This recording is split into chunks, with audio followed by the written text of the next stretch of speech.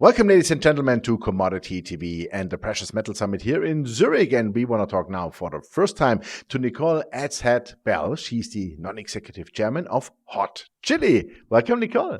Thank you very much for having me. I appreciate this. I saw you speak last night. I thought you were a very good speaker and commentator. And so it's a privilege to be here. Thank you very much. That's very kind. Yeah, it was big fun on the stage, honestly. And it was. I enjoyed it. Oh, you did a great job. It's a hard job to do. Yeah, it is. There were some big personalities on that stage. Yeah, thank you very much. But Hot Chile, what is the company about? Can you give us a short overview, please? Sure. In a nutshell, if you like copper, you love should copper. love Hot Chile. So Hot Chile is an Australian-listed company with a secondary listing in Canada and OTC listing, and focus on advancing the Costa Fuego copper project in Chile. And so the Costa Fuego copper project is a very, very sizable resource, just completed a PA. We have a very strong balance sheet, which is a nice thing to have in these uncertain markets that we're in. I would call them horrible. Horrible. Although I spent the majority of my recent career on the buy side as an investor, and in my experience, times like this, if you have capital, they're the best times to be investing. When everybody is crying and feeling very, very upset, that's normally signaling that you're so around about the lows. And so personally, I think now's a fantastic time. It's way, way easier to invest in a downwards trending market, believe it or not, than in an upwards trending market. Yeah, definitely. You said it already, you are in the copper business. Chile is, I think, one of the most favorite place for copper and the largest copper producer in the world, Escondida, for example. And really interesting, you're on the Atacama region, I think. We are, but in low elevation Chile. And so the two big challenges that you can have in Chile, natural location. So up elevation comes with an associated increase in capex and opex and water. The biggest risk that you have in Chile is water. Exactly. And what the management team, well, before I joined the board, I get to benefit from years of hard work, is 10 years ago they said, water is an exogenous risk in Chile.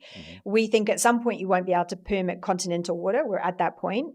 And so they decided to go down the pathway, and this was a multi-year focus. It took 8 years to get a maritime license. So we now also have a commodity, water, that's incredibly rare and incredibly valuable. And so as one of our colleagues in Chile said, no money, no honey, no water, no project. And so what we have is that very, very key ingredient, which is water. We have a maritime concession. And so one of the things that we're doing at this conference, and also when we're talking to people, is that we have an asset that's incredibly valuable. We, like every company, say that we're undervalued, and of course we are, but we also have this asset that we're not getting value for, which is water. And water is the key de-risking asset everywhere in the world. Yeah, especially in those dry regions. And I saw in your quarterly activities report, I saw that you have the license for 2,000 liters per second seawater, but you need only 600. So you can support maybe other projects and sell the water. I think that's a great side business, isn't it? It is. I mean, obviously, we're starting to investigate potential ways that we can add value through that water, and we're in the early stages of that. But that's so impressive. I can't believe you read the activities report and you knew those numbers exactly. Yeah, I have to. That's part of the job. No. And I'm sure you're meeting a lot of us. That's very impressive. Yeah, so 600 litres per second based on the current PA. Obviously, like most companies of our type, we're looking to potentially grow our production profile. And so we have lots of room to be able to also grow our water usage. We're also very aware that water is very important to local communities. We're very focused on ensuring that we're a good corporate citizen.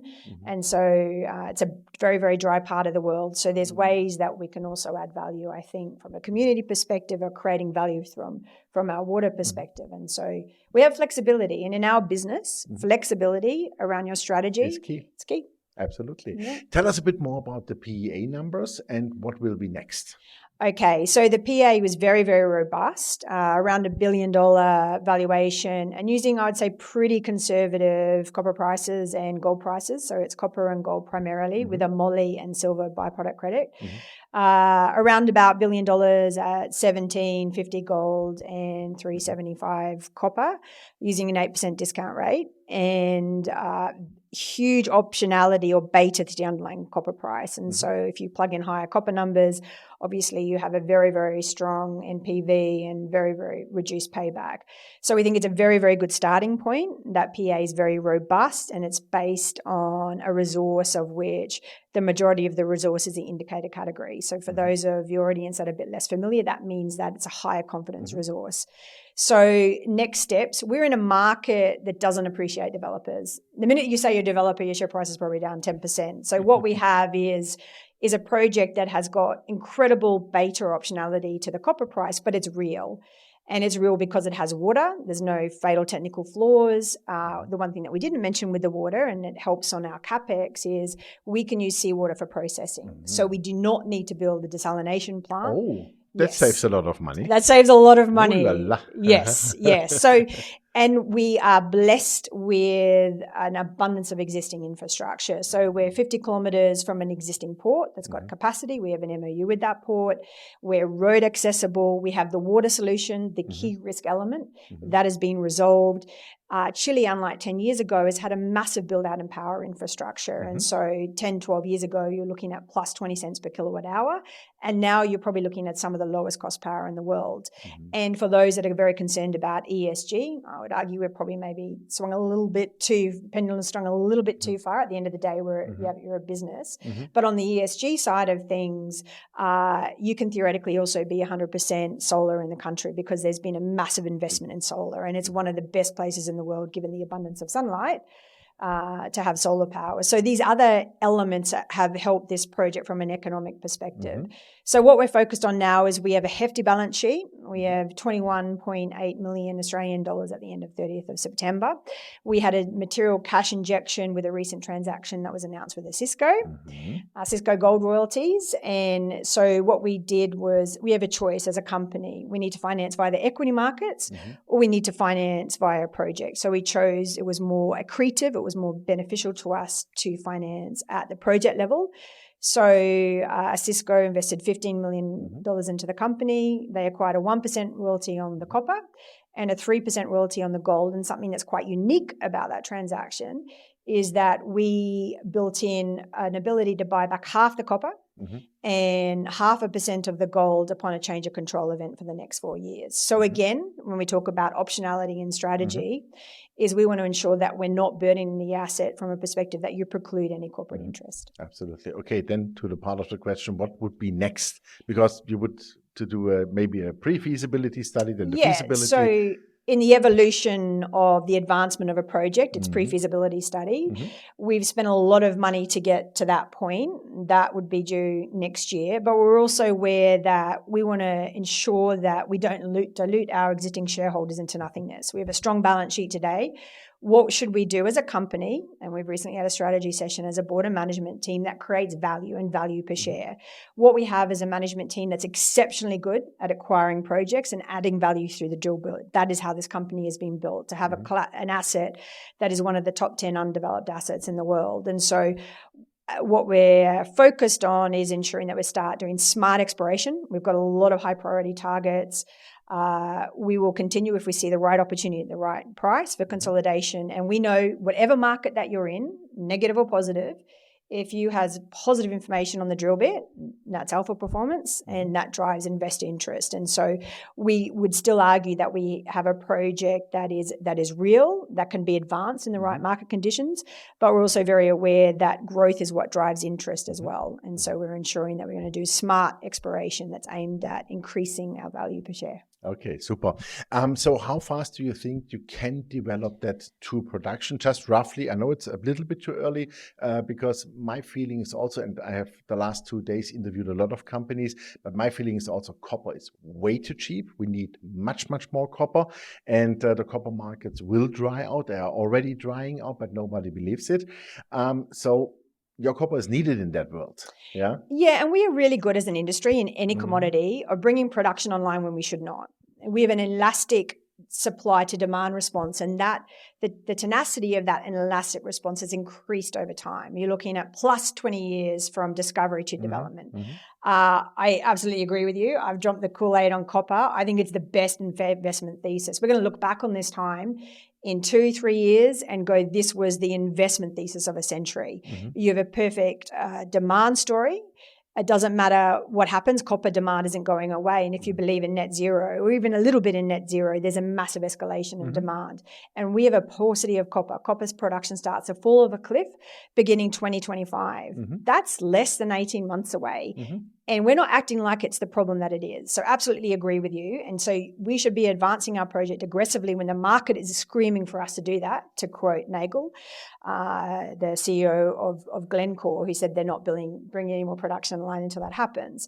So if money was no object and we were in the right market, completion of PFS and H2 next year, that document then gets submitted for you with your EIS application, is how it works in Chile. It's a 2-year timeline to get that finished.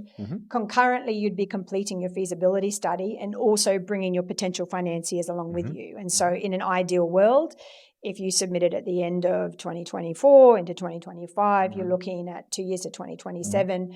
Best case scenario, building in 2028. But again, you only do that if it's the right time in the market. And so we are not in the middle of a build. We've seen some massive capital blowouts in our sector. Those companies can remain unnamed. And you've seen really, really big delays. And once you start building something, you can't stop. And then you're in a potential bankruptcy situation. Yeah, it could so be. We're in this perfect where we have a great asset that is a huge amount of embedded value. We have a strong balance sheet. We've got growth. It's up to us as a company to manage that in these very uncertain times that we live in. Absolutely. Last question. Who are your major shareholders? What is management's skin in the game? Sure. Major shauraholder, the largest shareholder is Glencore. So Glencore, lovely. Yes. I'm glad to hear that. I'm a Glencore shareholder too. Are you? That's great. Yes, Glencore own 9.2%. They also, and this is an important point to touch on because it causes some confusion, they have right to offtake. So they have a right to 60% of the offtake for the first 8 years of the life of mine at benchmark prices. If their shareholding goes below 7%, they lose those rights. And we live in a world where people are very concerned that are in the concentrate market, whether it's a trader or a smelter, about security of supply of concentrate. And the one thing I forgot to mention is our concentrate is very, very favorable. It's a clean concentrate and it can be used for blending. And so we have a valuable concentrate from the perspective of the quality of that con as Glencore well. would love to have that. Yes, yes. And then Blue Spec, which is the ex-chairman and founder of the company, Murray Black. They are a sizable shareholder. Management insiders own 1%, and I myself bought in the market when I joined the board as chairman at reasonably high prices, and then took a big chunky position again at the end of last year, which was perfect timing. And I think it's obviously I'm biased. I wouldn't be involved in this company if I didn't think it was a good opportunity. Of course. It's got all the right ingredients. Super. That sounds like a good game plan, a perfect game plan, I would say. The world needs more copper, so please make sure you go in production. Will do. When everybody's screaming for it, we'll go into production. Okay, super. Thank you very much. Thank you very much. Thank you. Yeah, ladies and gentlemen, that was Nicole Adshead-Bell, the non-executive chairman of HOT Chile. And you heard it. This is copper from Chile that will be hopefully within the next 5 to 6 years developed into production. And I think it's a great project, especially I like the approach with the water. Then also don't forget Osisko Gold Royalties. You know them all well because we had them so often at Commodity TV, is also part here of the game. And Glencore, this is a great thing. And I think, fantastic project. Check out the company because the share price is way too cheap. It's always good to get into good stocks and quality at cheap prices. Thanks for watching us, and bye-bye from Zurich.